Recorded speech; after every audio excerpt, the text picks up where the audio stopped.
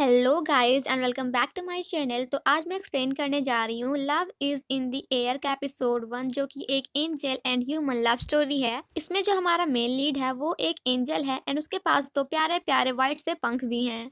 And हमारी female lead मेरी and आपकी तरह एक नॉर्मल सी गर्ल है।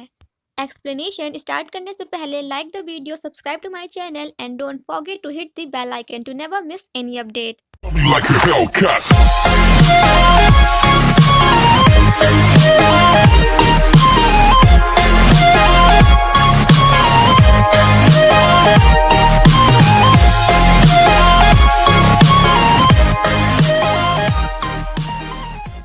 ड्रामा की शुरुआत में हमें एंजल्स के बारे में बताया जाता है कि इस दुनिया में दो तरह के एंजल्स होते हैं।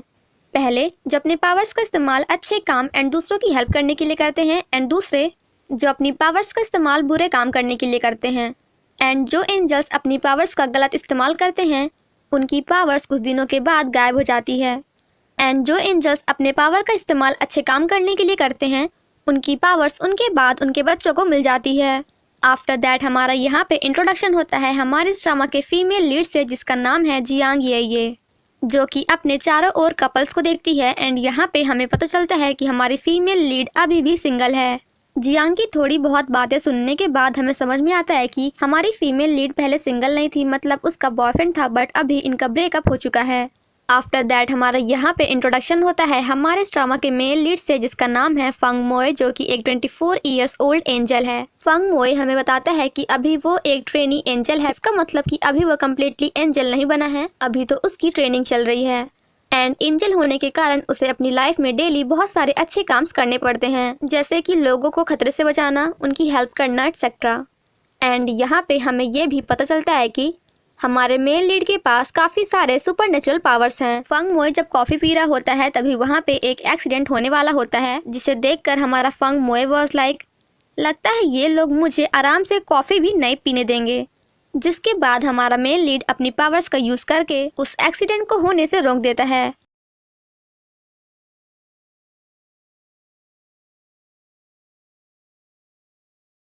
फंग मोई कहता है कि इस दुनिया में कोई भी चीज इम्पॉसिबल नहीं है। एंड देन कहता है कि मैं अपनी लाइफ में उस पर्सन के आने का वेट कर रहा हूँ जिसे बचाने के लिए गॉड ने मुझे एक एंजल बनाया है।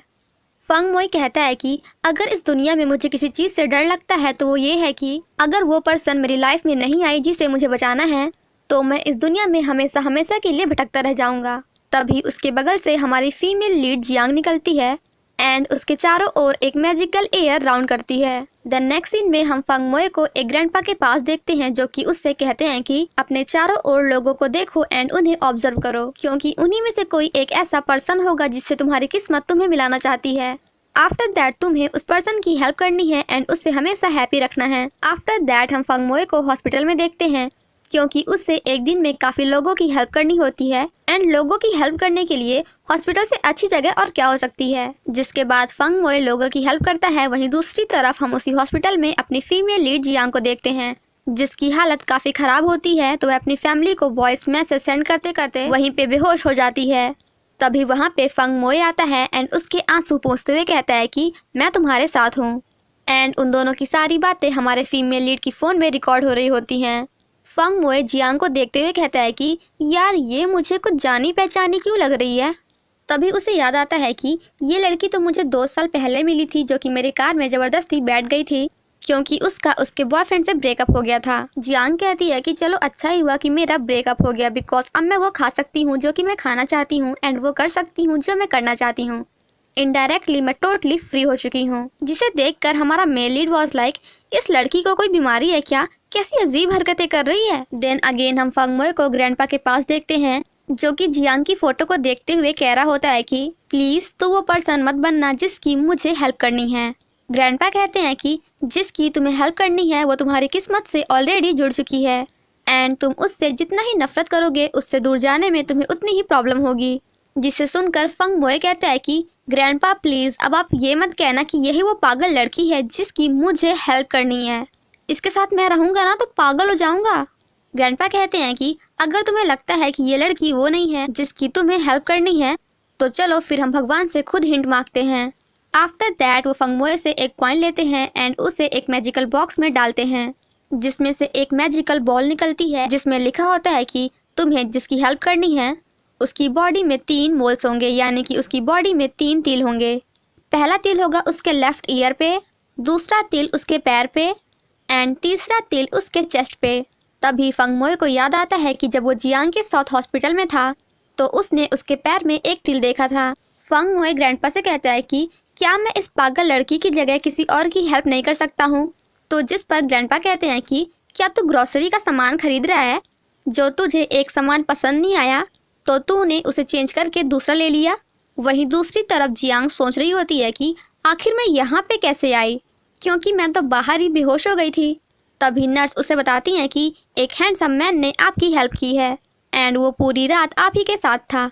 तभी हमारे जियांग को थोड़ा थोड़ा फंग मुई याद आता है। आफ्टर दैट यहाँ पे इंट्रोडक्शन होता है हमारे मेल लीड के चाइल्डहुड फ्रेंड का, जिसका नाम है मैंग सीजो। फंग मोई अपने फ्रेंड से पूछता है कि क्या ये तेरी जिम है, तो जिस पर उसका फ्रेंड कहता है कि ये मेरी नहीं बल्कि हमारी जिम है, बिकॉज तूने जो पैसे दिए थे ना, मैंने उसकी हेल्प से एक जिम ओपन कर लिया एंड हमारी ये जिम 24/7 ओपन रहेगी। तभी उसके फ्रेंड को याद आता है कि आज तो वैलेंटाइंस डे है, तो चल हम दोनों अपने अपने स्वीट हार्ट के साथ सेलिब्रेट करते हैं। तो जिस पर फंग मोए कहता है कि बट मेरी तो कोई स्वीट हार्ट ही नहीं है। वहीं दूसरी तरफ हम जियांग को देखते हैं जो कि अपने चारों ओर कपल्स को देखती है एंड कहती है कि आज वैलेंटाइंस डे है एंड मुझे इस दिन से सबसे ज़्यादा नफरत है। हमारी फीमेल लीड जब एक होटल में खाना खाने के लिए बैठी होती है तो वहीं दूसरी तरफ हमारे मेल लीड के साथ कुछ मैजिक होता है एंड उसे अचानक से भूख लगाती है। जियांग जब खाना खा रही होती है तभी उसका फ़ोन नीचे गिर जाता है। वह अपना फ़ोन लेने के लिए टेबल के नीचे जाती है। जियांग जैसे ही नीचे जाती है तभी शॉप की ओनर पर्दा हटाती है एंड यहाँ पे हमें पता चलता है कि हमारा फंग मोए भी उसी शॉप में आया हुआ है। जियांग जब अपना फ़ोन ढूंढ रही होती है तभी वह गलती से फंग मोए के पैर को टच कर देती है, बट हमारा मेल लीड अपने सामने वाली गर्ल को देखकर कुछ और ही समझ लेता है।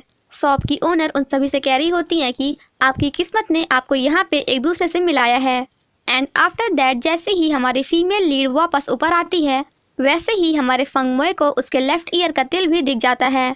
जिसके बाद वो सभी एक गेम खेलते हैं जहां उन्हें एक दूसरे को किस करना होता है। मैंग सीजो जब लड़कियों को किस करने जाता है तो कोई भी लड़की उसे भाव नहीं देती, तो एट लास्ट वो हमारी जियांग को किस करने जाता है एंड वो उसे किस करने ही वाला था कि तभी फंग मोए उसके सामने आ जाता है एंड उनके बीच में कुछ कुछ हो जाता है। ये सब देखकर बाकी के लोग उन दोनों के बारे में कुछ और ही सोचने लगते हैं। तो जिस पर मैंग सीजो कहता है कि जैसा आप लोग सोच रहे हैं ना वैसा कुछ भी नहीं है, ये तो बस एक छोटा सा एक्सीडेंट था। एंड देन वो फंग मोए से कहता है कि यार तू बता ना इन्हें कि ऐसा कुछ भी नहीं है, फालतू में क्यों मेरी बेइज्जती करा रहा है यार सबके सामने। बट हमारा फंग मोए वॉज लाइक तू अपना मुंह बंद कर। जियांग जब अपने घर पहुंचती है तो वो अपने रूम को देखकर कम्प्लीटली शॉक्ड हो जाती है, बिकॉज उसके रूम की हालत तो देखने लायक थी। एंड देन हमें पता चलता है कि ये सब तो उसकी रूममेट ने किया है जो कि अब उसका रूम छोड़कर यहाँ से चली गई है। जिसके बाद तो हमारी फीमेल लीड सफाई अभियान में लग जाती है। जियांग जब बाहर कचरा फेंकने जाती है तभी उसके बगल से फंग मोए निकलता है एंड कहता है कि मेरी हार्ट बीट अचानक से इतनी फास्ट कैसे हो गई।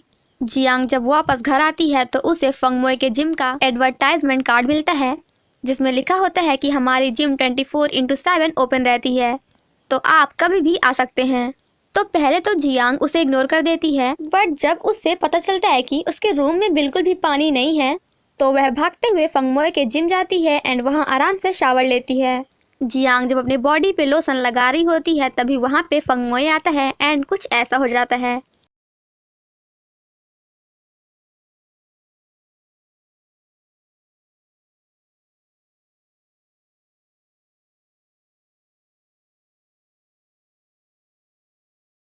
एंड फाइनली यहाँ पे फंग मोए को उसके चेस्ट का तिल भी दिख जाता है। जिसके बाद त्यांग उसे चाटा मारते हुए अंदर जाती है, तो जिस पर फंग मोए कहता है कि ये बॉयज का चेंजिंग रूम है, गर्ल्स का नहीं। एंड यहाँ पे उसे कंफर्म हो जाता है कि यही वो लड़की है जिसे उसकी हेल्प करनी है एंड उसे हमेशा हैप्पी रखना है। जियांग जब अपने घर में होती है तभी उसकी लैंड लेडी उसे कॉल करती है एंड बताती है कि नेक्स्ट मंथ से आपके रूम का किराया बढ़ने वाला है।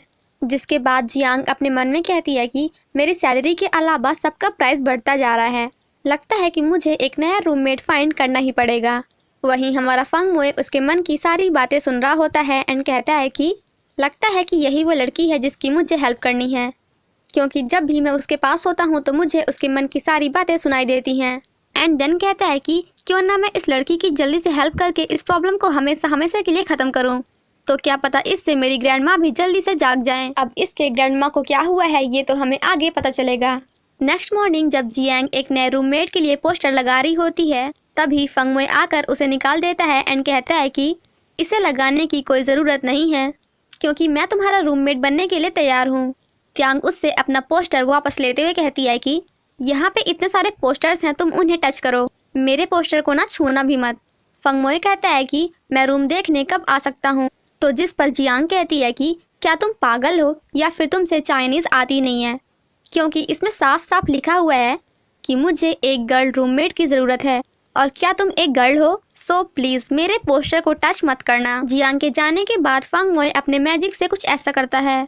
जियांग जब अपने घर में होती है तभी फंग मोए रूम लेने के लिए उसका अपार्टमेंट चेक करने आता है। जियांग के काफ़ी मना करने के बाद भी फंग मोए पूरा अपार्टमेंट चेक करता है, जहां उसे पता चलता है कि जियांग कभी कभी टीवी का रिमोट फ्रिज में ही भूल जाती है। ज़्यादातर वो एक्सपायर्ड इंस्टेंट नूडल्स खाती है एंड उसके कपड़े तो इतने गंदे रहते हैं कि उसके कपड़ों में ही मशरूम्स उग जाते हैं। ये सब देखने के बाद हमारा मेल लीड कहता है कि अगर मैं इस लड़की की हेल्प करूंगा ना तब तो मैं खुद ही पागल हो जाऊंगा।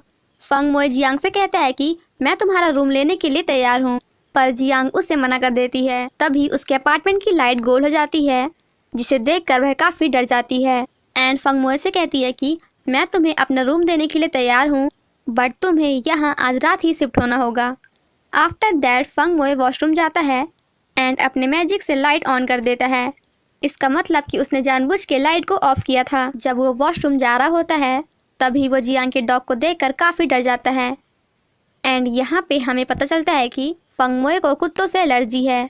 जियांग कहती है कि तुम इतने छोटे से डॉग से डर गए, तो जिस पर फंग मोए कहती है कि ये छोटा सा कुत्ता है। एंड यहाँ पे हमारा मेल लीड अपना पहला टास्क कंप्लीट करता है, जो ये था कि उसे जियांग की रूममेट वाली प्रॉब्लम को सॉल्व करना है।